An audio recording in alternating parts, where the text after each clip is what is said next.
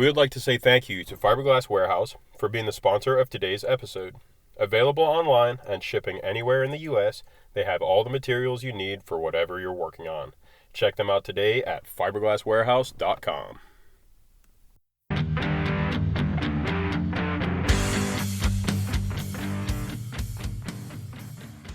Welcome to Boats and Pros, the podcast where we tackle all things boats and fiberglass repair.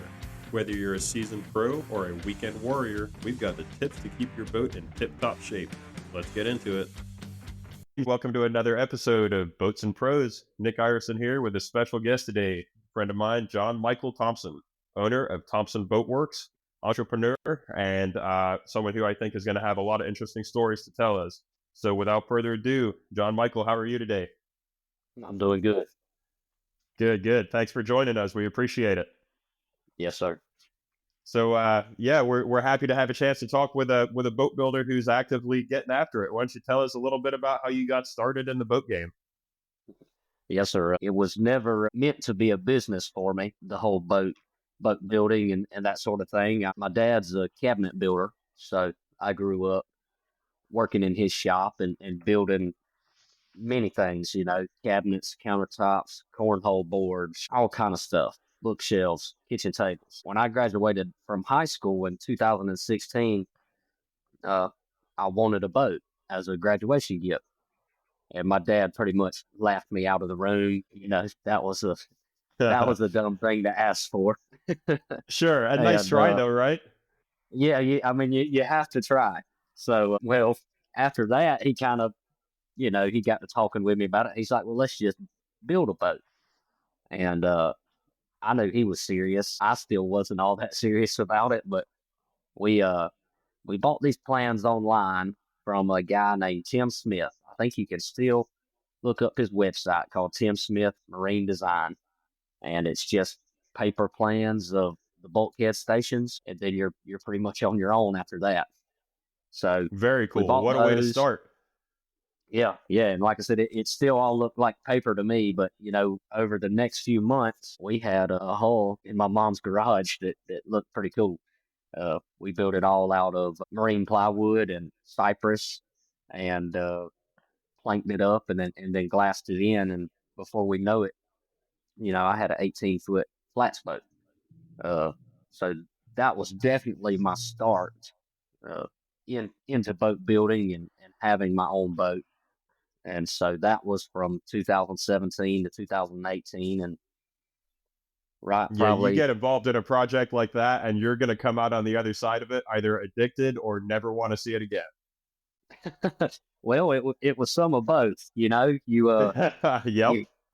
You finally get to use your boat, but the time in between, you get bored and you want to do another one, or you want to do something. I'm the type of person, I can't really sit still. I've always been go, go, go, go, go. So like I said, about a year later, I got antsy again and was like, well, now the next step is to build a boat out of a mold. There's no woodworking, it's all composite. It just seemed to be the next natural step in boat building for me. So I think I was on the website, boatdesign.net, just scrolling. I was probably sitting in a college class scrolling boatdesign.net. What were you studying? Where were you supposed to be studying? Well, I went to Georgia Southern University in Statesboro, Georgia, and I got a bachelor's degree in kinesiology, and then I got another bachelor's degree in nursing. So believe it or not, my main degree is in nursing, and now I'm a boat builder. So what on earth is kinesiology? That's basically the study of human movements, like biomechanics of the human body. Yep. Very cool. So nothing related to boat building at all. But I'm not the only person with a story like that. So no, that seems to be the way sometimes. You never know where it's going to go. But like I said, I was on boatdesign.net, probably sitting in my college class, and I found these molds for sale in Miami. And so I reached out to the guy. I think he wanted like $5,000. And the molds were the competition 15 skiff is what it was called. And I think they made 15 or so of those boats, but it was the same company that built competition offshore boats. But Okay. they had taken one of those boats and cut it down to 15 foot, but used the same bottom. So the bottom of the boat was really funky, kind of like a Boston whaler bottom almost. Uh, Not real flat, so not real great for skinny water. But at the time, I didn't know no better. I just wanted to build a boat out of a mold. That one was available, so Sure. I reached out to the guy, and the guy's name, I'll say it, I know he won't mind, is Manny Sarmiento. He is, or he was the founder and owner of Biscayne Boatworks, uh, originally out of Miami, and then they moved up to DeLand, Florida. But we settled on a price, and I hooked to a empty boat trailer, and me and my best friend, we drove all the way down to Miami. It was, I don't know, 8 or 9 hour drive. We slept in the parking lot of Walmart. Uh, we had cash money in our pockets. We were fixing to go buy us a boat mold. A true boat builder's pilgrimage. Yep. And we had no idea what we were doing. We were doing it. And so we pulled up to this shop in Miami, and we didn't know if we were going to get robbed. We didn't know if we were going to come home with a set of boat molds. But we ended up getting there, and I didn't have any idea what I was looking at. I think this was probably the first composite mold I had ever seen in person. So And you had no way to know if it was worth buying or usable or in good shape or oh, anything. I had no clue. I didn't know how thick it should have been. I didn't know spider cracks. I didn't know blisters. I didn't know anything. All I saw was red tool and gel coat, and that was all I needed to see. That was a mold. It's like you That go was a mold in snowblind. You're my eyes. just like, yes, here it is. This will do something. That's exactly right. That was all I needed. That was gonna be the ticket. And so we loaded that thing up on the bunks of that boat trailer, and we screwed it in about 1,000 times. Then we threw about 1,000 ratchet straps over the top of it, and set the deck mold to that boat inside we got lucky and it fit on it, nice enough that we could haul it down the highway, one on top of the other. Sure. And drove it all the way back to Glenville, Georgia, and had absolutely zero idea what we were doing. So now we know what you didn't know then. What kind of condition was the mold in? It had blisters all over it. It had cracks all in it. It had no flange. Oh boy. So there was a lot of things wrong, but But it was full of hopes and dreams, if nothing else. that's all that mattered to us was we had a boat mold. Well, after that, we no clue what we were doing. We ordered some gel coat. We ordered some fiberglass. We ordered everything we thought we needed. Manny was probably the only contact that I had that had any idea about how to build a boat the composite way. My dad is great with wood, but it's two Sure. different worlds. The worlds don't correlate at all, composites to woodworking. Uh, No, it's a lot more helpful in the plug making phase of things, but not so much in the hull making phase. exactly. And see, we'll get to that on my later models. But so this is where kind of my first catastrophe working with composites and gel coat came about. So my dad has, like I said, he's got a cabinet shop, so he had some sprayer systems that he sprays his cabinets with, and so Oh boy. we just were gonna swap the tip out. We're gonna put a bigger tip in his Kremlin sprayer, and we're gonna So is spray this this like an mold. electric airless sprayer or like a pressure pump? It's an airless sprayer. Oh man, you're about to make daddy real mad. Yep. And so we had the deck. We were going to start with the deck. We weren't going to do the hull yet. The deck we thought was going to be easier. So that's what we're going to start with. So we had a 5-gallon bucket of gel coat. We calculated it at 2%. We took MEKP and we Oh. spiked the entire bucket. Hey, if you don't know any better, it just kind of makes sense, right? Why would you put it in 15 different cups? Let's spike the whole bucket, drop the pickup in there, and roll. Yeah, Well, absolutely.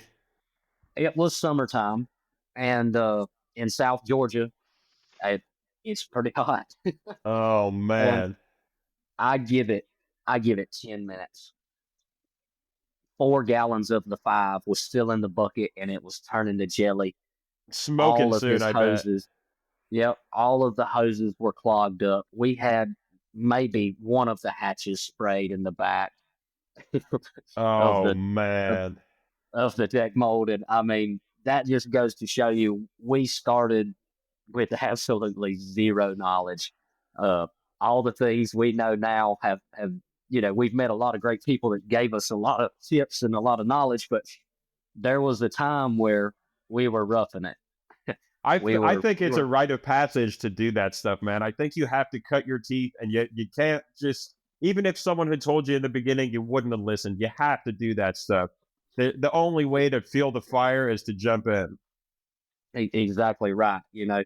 Everybody seems to want to learn things the hard way, despite the advice that people give you to try to keep you from learning things the hard way. Most people are hard headed enough that they won't Yep. listen. They're gonna Yep. figure it out on their own, however they want to figure it out, and I have a little bit of that in me. But I think a little bit when of you what makes you do that is also what makes you successful, but it's a very strange little crossover that happens there in between. That's right. And so you'll never make that mistake again. Uh, as bad of a mistake it was, and any fiberglass composite gel coat guy's gonna laugh at you and be like, "That's the dumbest thing I've ever heard." But I was 19 years old. I didn't know anything about it, and Of course. So was the it was sprayer just totaled? Did you have to buy him a new one? pretty much, yep. Yep. The hose, everything was totaled. Uh, we switched to a cup gun after that. Yeah, Oh, how long did it take you to learn to hate the cup gun? that about 5 minutes. Yep. It's one step better than a kick in the balls. It if you can even say that, I don't even know if it's better than that sometimes. But We spent quite a while working with those cup guns in some big molds. They were like 60 something square feet a piece, and we'd have to spray two of them at a time. And man, yeah, we would fly through those cups. One sleeve in a session was no big deal. yeah, and the air compressor's just begging for mercy over there. Yep. But And were you able to get a thick enough coat of gel down? Did you know anything about mill gauges or anything at that point? I had been told, Manny had guided me on some different stuff, but you can make something stupid proof and someone can still mess it up. Uh, we ended up, the deck ended up, we sprayed it, we glassed it, it came out the mold. We didn't have near enough structural support underneath. It was really, really flimsy. I ended up uh, taking marine plywood and pasting it down to the underside. Because I had, like I said, I just had no idea. You didn't Uh, put any core in the deck of it? no, it was all Yep. wood. Yeah, Yep. hmm Oh, all what? No. wood. Okay, so you cored it with wood the first time, but not enough wood to have it be strong. Is that right? We didn't core it with anything when we popped it out. Okay. Uh, Okay. we didn't realize it needs to be cored with something, and we put some wood and glassed the wood in. Uh, Added a lot of weight. Like I said, that boat does not float shallow, but we had a lot of good times on it. Once we Heck finally yeah. got it made. hmm Do you remember So what you chose for a layup schedule on it? I could not tell you. I have no idea. It was probably something along the lines of 3/4 mat, ounce and a half mat, maybe 2 layers of 1708. Uh, you know, Yep. something like that. Uh, Sure. with no core. But so after that, that's what we call the blue boat. We built that boat. We used it. I still have it. It's sitting outside the shop right now. Uh, so I was still in college, and it's kind of the same concept of I got bored with the blue boat. So that was probably 2018 towards 2019. I was getting bored with the blue boat. I wanted to build another boat. And so I was like, well, I've built a wooden boat and I've built a boat out of a mold. So let's build another wooden plug and make a mold so that Yep. it will be original. The whole goal there was we just want something that no one else has. Let's do an original design, start from scratch. I Uh, remember this is roughly where you and I met each other, I believe. that's probably right. I used to search the deep dark web looking for people that would help me uh, Yep. answer questions that I could not find answers to because I'm in South Georgia. I don't know any boat builders. There's none that I can go see. It's just not the same here in Georgia as it is in Florida or South Carolina, North Carolina. There's just not that many boat builders around. And if they are, they might not want to tell you all their secrets. Uh, Sure.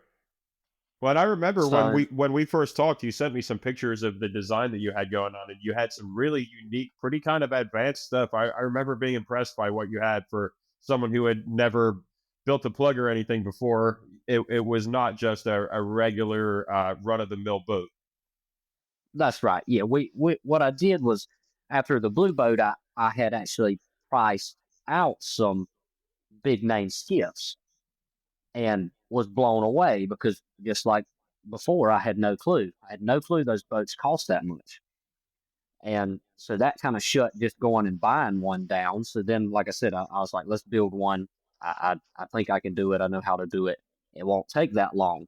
Well, that's where you are badly mistaken. Yeah. Uh, on But the you it have to won't lie to take that yourself in long. order to get started. I mean, you've got to start. That's the only way you're ever going to get finished. That's the only way you're ever going to get ahead is if you start. Yep. So, like I said, we built it with the same concept as that first wooden boat. On a wooden frame, planked it up with plywood. Except this time, I was using plywood from Lowe's.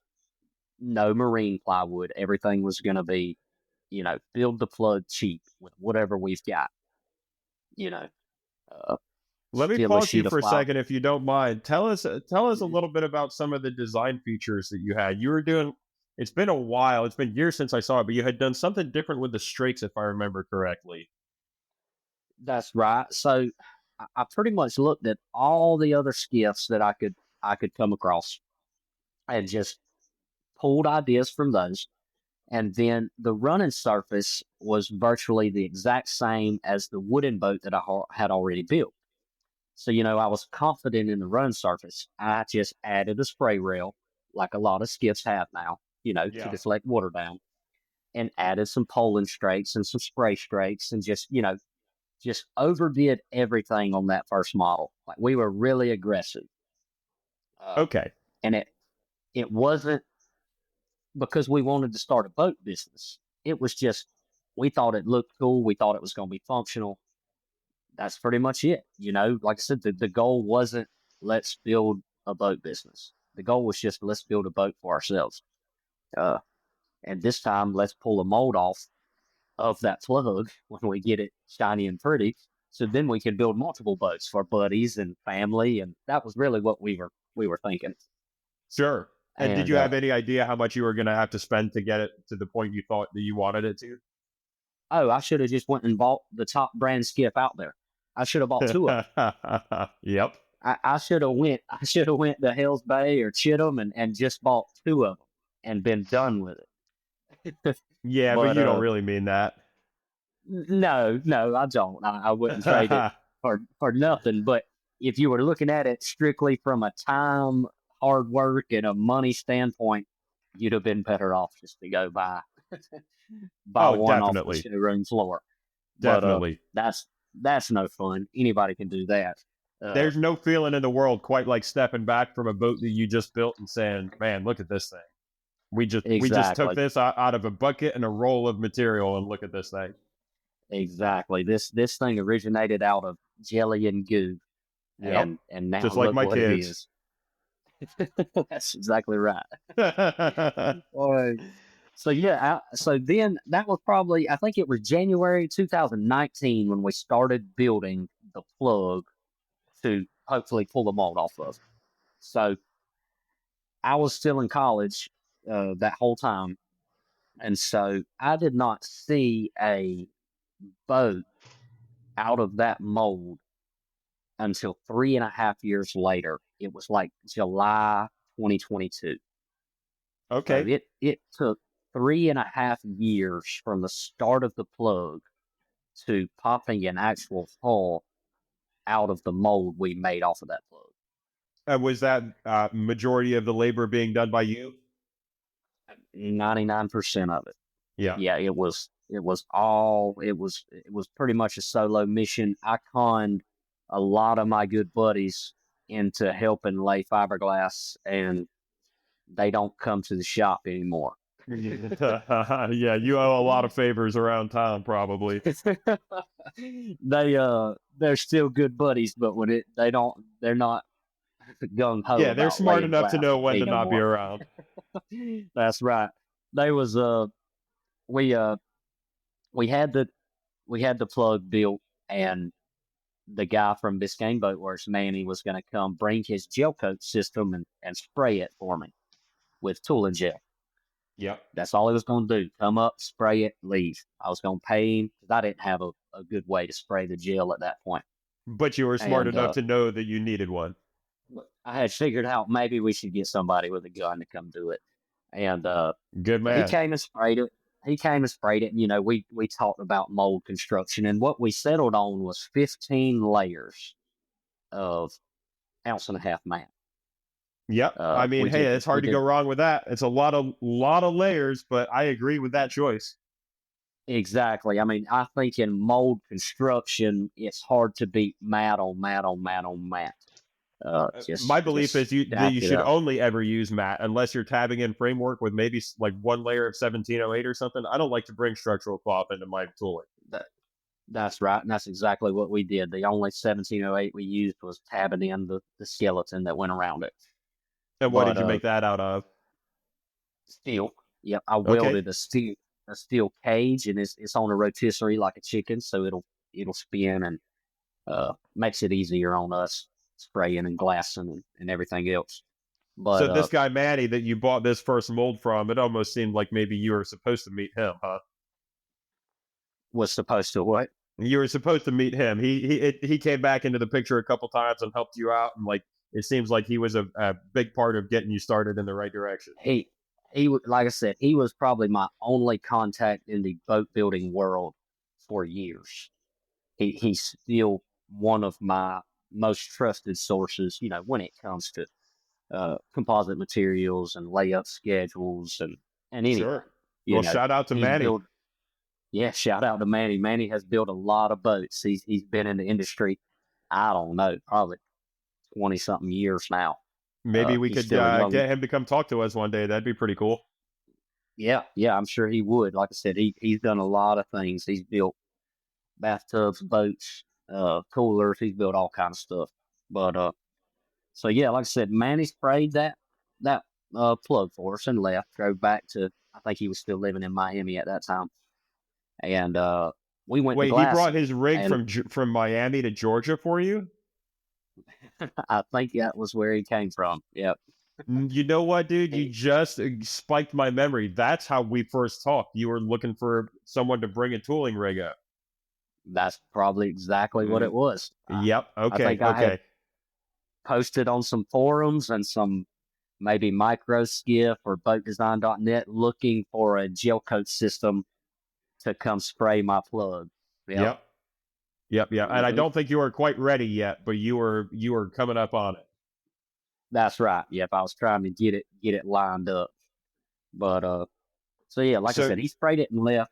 And then this is where the buddies come in, well, I had a 21-foot plug with a big old flange on it. And, one man, that's work.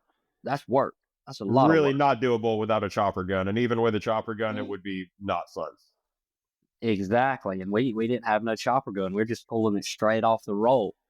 And so I start recruiting buddies and friends and I remember the first day we did the 3/4 layer in vinyl ester on that mold, Good choice. and then we were gonna swap back to polyester and just do the rest of the mold that way. And after the first day, we were sitting around hanging out. Everybody's tired. They're wondering what in the world are we doing out here? We feel like we're high. We can't breathe. We're itchy. We don't know Yeah. what we're doing. And you're like, I'm high, And but it doesn't really feel like it's the good kind. that's right. One of my buddies said, "Good news, only 15 more layers to go." Oh my God. Oh man, it was not fun. But I don't know what it is. You can't stop. Once you start something that you believe in, it's hard to stop. Even if everyone else around you stops, something makes Sure. you keep going. Well, And and I mean, you're committed at that point, and it sounds like you had a bunch of real good friends around you, which says a lot about you anyway. But yeah, to lean on those buddies at that point and say, "Look how far I brought it. I just need you for a day or two to be miserable with me, and you're going to get me over the hump here." And it sounds like that's what you exactly. managed to do. Exactly. Yeah. They like I said, I never paid them. I never did anything special for them. It was just good old hometown boys that were helping me out. So shout out to those boys. They know who they are. Very nice. Yeah, thank you to those guys. Yep. So all right. So after that, we got a mold. We built a deck mold for the 21. We built cockpit, console, all the lids. Did you take the first hole out of the mold and build a top deck onto it, or how did you get your top deck plug? Exactly. Yeah, we popped the hull out of the mold, and then we used that hull to fit the deck. Okay. And Did you that just build it out of CUSA or MDF or what? no, we built it. We built a straight plug out of MDF. Yep. Okay. We didn't build a one-off deck. We went straight to the plug mold, and then built the first deck out of that mold. Got it. Yep. And so we finally had that boat, and I don't know, this is probably July, August of 2022. We put that boat in the water and went out to the beach and had a good time. And I parked that boat in the yard. I don't know, it was for a couple days or something down at a place on the Georgia coast, and I had a guy wander up and asked me how much he could buy it for. Very And nice. I'm sure that got your wheels turning. it sure did. So I hadn't had, there's no business, there's no Thompson Boatworks, there's no nothing. But I did have a mold sitting in the shop. And did the boat perform your strakes and the adjustments to the original plans? Did it perform how you hoped it would? Yes, it did very well. And still does very well. We haven't changed anything. We're probably going to build another model, and we always tweak things, but there's nothing wrong with the original 21 that was built, that was started in my mom's garage. So very nice. Yeah. So he was like, "How much for that boat over there in the yard?" And I told him, I said, I can't sell you that one, but I can build you one. And he talked with me 5 or 10 more minutes, and next thing I know, he was asking who to write the check to. And, man, you gotta love that moment. Yep, I remember it like it was yesterday. Here's the critical question. So you're smart enough now to know a little bit about gel coat and what not to do, but were you smart enough to not take all the money up front? I told him I needed 50%. Perfect. To build his boat, to get his boat started. I said, 50% now, 50% upon delivery. And he said, okay. So I think we were, the boats leave usually around 50 to 60,000 per boat. So let's just say, is that rigged with a motor? Yes, sir. Yeah. Okay. So let's say it was 25 grand is the number we settled on. That's what he wrote the check for. And he was writing the check on the deck of that boat. And he said, "Who do I make the check out to?" So you just put my name on there. And you had no, did you give him a price for motor and everything at that point? I was winging it totally. I I thought I could build the boat, and make money if I sold the boat for around $50,000. And it was straight off the cuff in the yard, standing around this boat I built. And he agreed with it. He wrote me the check. I didn't have a business account. I didn't have anything. Uh, Went home that day and went to the bank and opened up a business account, or got my LLC made online and opened up a bank account for Thompson Boatworks, and that was how we got started building boats for people. Okay. And I'm sure you probably ended up going to the Coast Guard website and realizing how ridiculously simple it is to get a manufacturing code. It took a little bit of research and headache, but in the end, it wasn't terrible. I thought it was going to be worse than it was, but we ended up getting a MIC number pretty quick. Okay. Getting the LLC approved and everything like that. And we went to building his boat. And I think it took us about 3.5, 4 months. So you're saying were you roping all these same friends into this second build, or had they wised up by now? A lot of them had kind of washed away when it came to laying fiberglass. But when someone writes you a check, it adds a little bit more motivation to wake up and go in the shop and do it yourself. But, Sure it does. yeah. But And did you gear up with any equipment for the second one, or how did you get your gel down? Manny Sarmiento from Biscayne Boatworks. Shout out to Manny again. I had the molds all waxed up and pretty and sitting here ready. When he pulled up, we unloaded his gel coat system. I had the buckets mixed. We dropped the tube in there and we sprayed them. And he loaded his stuff up and went back home. Wow. Yeah. And who were you buying your materials from at this point? Maybe not like the name of the company, but was it one of the two big distributors, or were you getting it locally? No, I was using Composites 1 when I was building that original blue boat. Okay. When I built the original 21, I was getting my stuff from Manny. Got it. He was buying it. I was getting it from him and a few other people.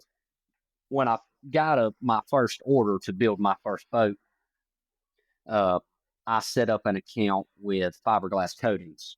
Okay. Yep. Down in St. one Pete. of their salesmen, his name's Hunter Shock. He's my age, and so we hit it off from the bat.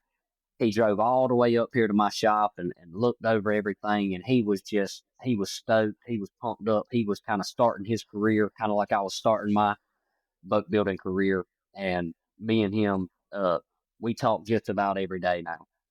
He's been a huge help. Very cool. Giving me fair prices, teaching me a lot of things, me teaching him a lot of things. He'll come to the shop and help me infuse boats now. He's all about it. He's not just a salesman; he's a friend now. So that worked out great. It seems to happen a lot in the composites industry. That's right. Yeah, some people aren't nice, but a lot of people are. If you treat them the right way, they'll treat you the right way back. Yeah. It took me a while to figure out, but once I did, it helped me a lot. The guys that are worth listening to are the same guys that are not threatened by you. That's right. Yep. And the skiff game is a little bit, it can be pretty rough and pretty tough. And oh yeah. Because there's the big boys that have been around forever, and there's a lot of new guys. Well, and the big boys that have been around forever are the ones that carry a lot of the drama. That's right. So we always joke we've got the least amount of drama out of any company in the skiff game. And that's the right way to be. We're just farm boys in South Georgia that have somehow managed to start a small boat company, and we're still building. And hopefully having a good time doing it. Oh yeah, we're having a blast. I get up and enjoy coming to work. That's for sure. So let's see. What year was that you built the boat that the first boat for a customer? Was that like pre-COVID or right in the middle of it? That was after COVID because that was July. We started the Thompson Boatworks LLC in September of 2022. Okay. So we didn't deliver that first boat until 2023. Yeah. So that was you were kind of starting to do the majority of your purchasing right as the prices were all jacked up then. Yep. I can remember getting resin for like 400 and something dollars a barrel, and now it's like 2,000. Yep. It's insane. Uh, Yeah, I think yep. mine We've jumped from like 700 to like 1,800 or something crazy. Yep.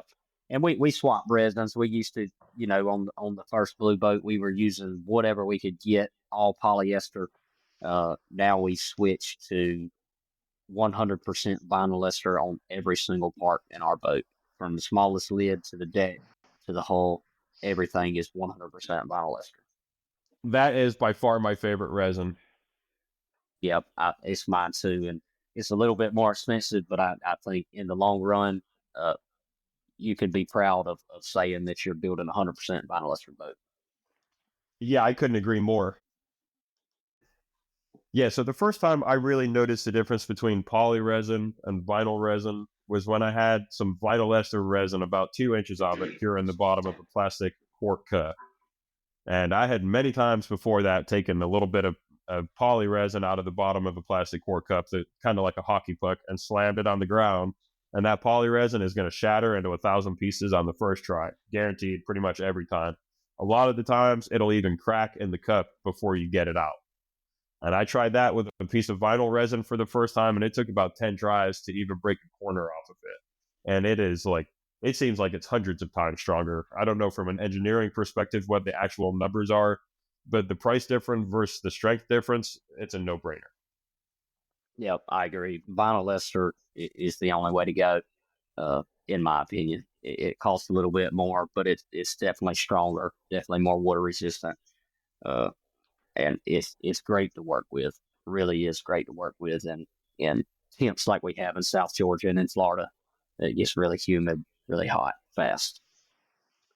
Yeah, and especially if you compare it to working with epoxy, it is the strongest and best bond and all the rest of it, but man, it is just so awkward to work with, in my opinion. Mm-hmm. Yep, it is. So you built the 21 and you started selling them. You're still building the 21s today, right? Yes, we are. So uh, we built the 21, the first one.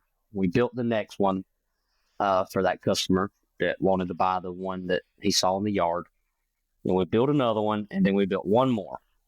And that last one we built was a demo boat. And so we started showing it around, and we had this guy named Bobo, who we were really trying to sell the boat to. He was a mate uh, for a big boat in St. Augustine, and he really liked the 21. But Bobo was a bonefish guide in the Bahamas years ago, and so he was really into the technical skiffs. And 21 foot just is, it's not a technical skiff, it's a bigger boat. It still floats shallow. And you can still pole it and you can still fish it like a skiff, but it's not going to do what a lot of the smaller boats are going to do. And so Bobo was kind of beating around the bush. We couldn't tell if he was going to buy one or not. I'm not a real pushy salesman. I'm not a salesman at all. You know, uh, like I said, I'm a boat builder. If you want to buy a boat from me, that's great. If you don't, I'm not gonna yank your leg. But so I was at a captain's meet for a tarpon tournament. I speak like this because I'm remembering back on it, and my phone rang, and so I stepped out of the captain's meeting because I saw it was Bobo, and I was like, maybe he's telling me he's gonna buy this boat. And he said, I want to buy a boat from you. I want you to build my boat, but I don't want the 21. I want an 18. And so immediately I thought, that's perfectly fine. Let's build an 18. Let's take your deposit and build the mold, build the plug, and build the molds for the 18-foot model. and he was on board. I told him about the time frame. You obviously it's going to take longer, uh, but he would be paying. He wouldn't be paying for the molds. All that money would go towards his final boat, but I'd be using the money to build the molds and build another model for Thompson Boatworks and expand the company. So, And were you building a Bobo, shorter version of the 21? no, it was going to be different. Uh, we pretty much changed everything: the waterline beam, the straight layout, the spray rail. The top side of the boat is very similar to the 21. Skiffs all have very similar top side deck layouts. Uh, but the whole design was totally different. Like I said, we just always changing things, always trying to make things better. And Bobo really wanted the boat to be stealthy. He wanted it to be quiet. And so the entry of the bow is a lot softer on our 18 compared to our 21. And you can tell it in the water. It's very, very quiet. It's very good for sneaking up on fish. And so over the next 6, 7 months, that's what we did. We started from the ground up again, the old school way. First thing we did was build a wooden frame. Next thing we did was design bulkheads, put them on the frame. Next thing we did was plank it up. And then instead of planking the entire thing with plywood like we did the 21, we switched to the Venticel foam. And the Venticel foam, a lot of listeners probably know exactly what I'm talking about. It's a lot easier to work with. You can cut it with a razor blade. You can sand it a lot easier. It doesn't really hurt your sandpaper. It's just a lot better to work with than hardwood. Faster, And less energy exerted to carry it around. Faster, you can even hot glue it if you want to. Exactly. Gorilla glue, hot glue, whatever it takes. That's plug building. Yeah. You use whatever it takes. I don't care if it's hot glue, a ball of wax, a piece of chewing gum. You Spit and use what toilet you paper, need to baby. use. Exactly right. Uh, so yeah, we went. You kind of tell yourself after you endeavor a plug and mold build on the 21 like we did for 3.5 years that you're never going to do that again. And then you find yourself right back in the same boat with a longboard and a plug covered in icing that you're Oh fixing to yeah. have to sand the entire thing. And you're like, well, I told myself I'd never be here, and yet here I am again. But it goes back to just, it makes it worth it. When you see that final product, you think back on those days where your lungs had to be full of dust. Your hands Oh had yeah. blisters all over them. You were itching when you lay down in bed at night. You can't sleep on your stomach because the inside of your arms itches too bad. Uh, things like that. Boat Yeah, you builder put on problems. a fishing shirt, a long sleeve fishing shirt, and you can feel every fiber in your arm. Yep, can't wear anything with tight sleeves. It's just you're like, well, dang, why are we doing this again? But like I said, we made a promise to Bobo. Bobo took a chance on us.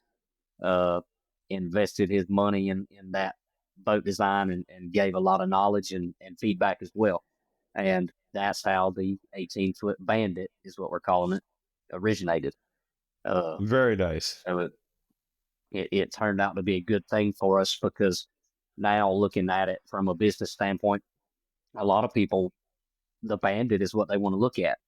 It's just traditional. You've got a 17 and a half, 18-foot skiff, can be pushed with a 70 horsepower motor, float in 6 inches of water, and that gets people in the door a lot of times. And then they start looking around and they see that big bad 21, and they're like, well, I don't really like to pole the boat that much anyways. Let's take it. Let's take an extra person, extra beanbag, and an extra cooler and get a 21. So it works out for us both ways.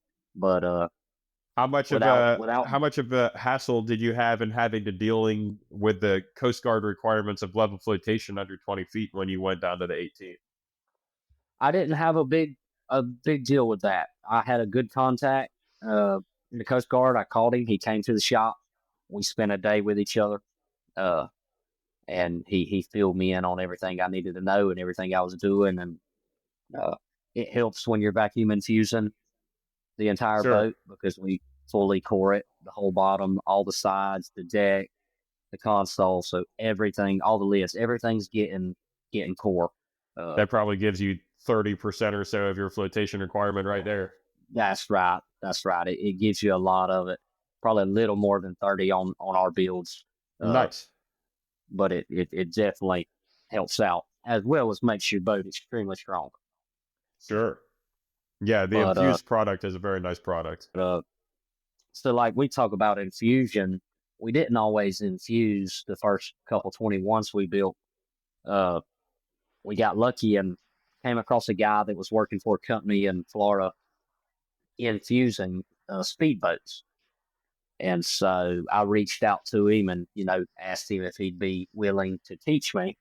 And he was. So we got lucky. I had I sprayed the mold, I skinned it, I had the straights filled, I had everything ready to start laying the laminate in there to infuse it. And so this guy came up, I'd never met him. I want to say it was December 23rd, right before Christmas. And we worked all day. We worked all night. We slept for a couple hours. And then we got back up and we went right back to it. And so by day 3 or so, it's Christmas Day, and we're out here infusing boats. And all for the first one. And it ended up working great. What he taught me and what we picked up from that original infusion was enough that we now infuse every single part, from the console to the lids to the live well. Every single part on our boats infused with 100% vinyl ester resin. That's awesome. That's not an easy process to learn, especially just getting to watch it one time. That's right. Yep. And it looks extremely complicated, hoses and tubes and buckets and clamps and everything everywhere, it's not as bad as I think people, make it out to be. You definitely have to take your time and get everything right and really focus on what you're doing. But the end product is head and shoulders above, in my opinion, if you can fully core a boat and vacuum infuse it. For sure. And I think 90% or more of the battle is having the patience to make sure that you actually test your vacuum properly and let it do a leak down test before you start to pull resin. That's right. And then I like to stand by it. You can't, and this is perks of being a smaller company. We don't leave it, we don't walk away from it for very long, because, tacky tape can pull and spring a leak, and, different things can happen. So we definitely like to stand by it as it infuses and leave it under vacuum for at least 8 to 12 hours after it kicks off. And how long would you say it takes to infuse a hole on the 21 as far as like actually introducing the resin to the laminate? From the time we drop the hoses in the bucket, 20, 30 minutes. It's done. Yeah, it's incredible, isn't it? It is. And you can be drinking a beer if you want to. Maybe not on someone else's boat, but if you're building your own. That's right. Yeah, it is. It's very nice. And like I said, we don't have a lot of employees. I do most of it all by myself. So it makes it where I can spend a week bagging it and then 30 minutes infusing it, and it makes it all worth it. It's a lot easier to handle that way by yourself, because you're not fighting gel times and cure times with big spans of hand-laid fiberglass. And it also saves you from having to bring in additional labor, which is an interesting aspect I never really had thought of till you said that. But it lets one man do the job of 3 or 4 if you have the time available. Exactly, and that's kind of the concept of how I've built the businesses. When you call Thompson Boatworks, you're going to get me. When you email Thompson Boatworks, you're going to get me. And that's how it's going to be. One day that might change, but right now that's exactly how it is. And I'm the one putting your boat together. I'm the one setting up the infusion. I'm the one spiking the bucket of resin. So that, like I said, I'm sure even when the day that it does change, you won't be too far from the phone. That's right. Yeah, I couldn't take my hand off of the pulse too far. But that's an appealing aspect of Thompson Boatworks to a lot of people, is they see that and they relate to that, and they would rather spend their money on that product than a product coming from someone else that they don't know, that they're not going to be able to get back in touch with, that they can't text, that they can't call whenever they want them and need a question answered. So Sure. that is a perk of choosing Thompson Boatworks. Well, and I think there's a big value to a lot of people in just being able to become even slightly involved in the process, even just to know that they could visit the shop and see how it's done, or, the fact that they're talking to the guy who's going to do it is a big difference than if you go to one of like the big name skiff people and you go through all Well, the bureaucracy and stuff. that's exactly right. I have a funny story. I sold a 21 footer to a guy in the Beaufort, South Carolina area. It's been a month or two back. And during his build, I bet me and him text 5 out of the 7 days a week, just always updating, always tweaking something, always just, good conversations about how's the boat coming. I'll send him a picture of this, I'll send him a picture of that. And, we were just always in communication with each other. And I delivered his boat. He'd been using it for, I don't know, 2 or 3 weeks. And I get a text one day and he says, "Man, I feel like I broke up with a girlfriend. I hadn't talked to you in like 2 weeks." I just wanted to see how your warranty process is just so I can talk to you. I just want to like reach back out and see what you're doing, buddy. That's hilarious. He's And going to be in your shop giving you free labor soon, I bet. that's right. Yeah, he texted me yesterday actually talking about going fishing. So that Oh, that there you go. that kind of stuff is that stuff means something and it's worth something to be able to have a direct relationship with the people buying your boat, with the people using your product. And like you said, it also means something to them because they somewhat added to the art of the boat in some Sure. way. They feel like they were some of the designing hands behind the product that was created, and they are. Yeah. It takes me and them for these boats to be built. And so that's a cool aspect of it. If you're thinking about getting in a skiff, uh, why not get in a custom one? Get in one that you can have a hand in, you know, have a say in what goes on it and where it goes and how it functions to suit your needs. Absolutely. And at the boat ramp when someone comes over and they're admiring it, that's the first thing they're talking about. Oh yeah, I was talking to the guy as he built it. I visited the shop or whatever it may be. That's a big deal to people. That's right. They're just as proud of it as I am. That thing's now a table topic of conversation. They're bringing it up like they just had a child. They're really proud of that boat, and that makes me feel good as the builder. For sure. So how does someone find you? We have website, thompsonboatworks.com. We have Instagram, we have Facebook, everything's Thompson Boatworks. Uh, like I said earlier, the phone number and the email on those websites and socials is mine. If you call it, you can text it, email it. I'm the one that's going to get it and answer back. So that's the Very, easiest very way to reach nice. out. If you are interested in a demo, wanted to do an on the water test, uh, I try to do most of those personally as well. I'll travel to you. We can meet somewhere, uh, spend half a day on the water. I'll show you, the ins and outs of the boats and how I run it and how it performs, and uh, start the relationship there. And then hopefully, if you choose Thompson Boatworks, that'll be great. Very nice. Well, and I'd like to get the Boats and Pros crew over to your shop when you infuse a hole sometime. Maybe we can get some video of that and really lock in the process here for these guys to see. Yeah, that would be great. Like I said, we don't we don't keep secrets around here. So if y'all ever wanted to see something, we'd be happy to set up a camera or let you come watch, uh, and we'll make it happen. Very nice. Well, John Michael, we appreciate you taking the time today, man. We appreciate you out there building these good old fashioned handmade American products at the quality level that you are and being available to people when they want to ask you questions or get a demo ride on the boat and being so open about your process and your journey. And we hope you'll come back and talk to us again sometime. It's been a lot of fun. Yes, sir. Thank you for having me, Mr. Nick. And like I said, I'd love to do it again. Absolutely. Thank you, sir. Yes, sir. I'll see y'all later.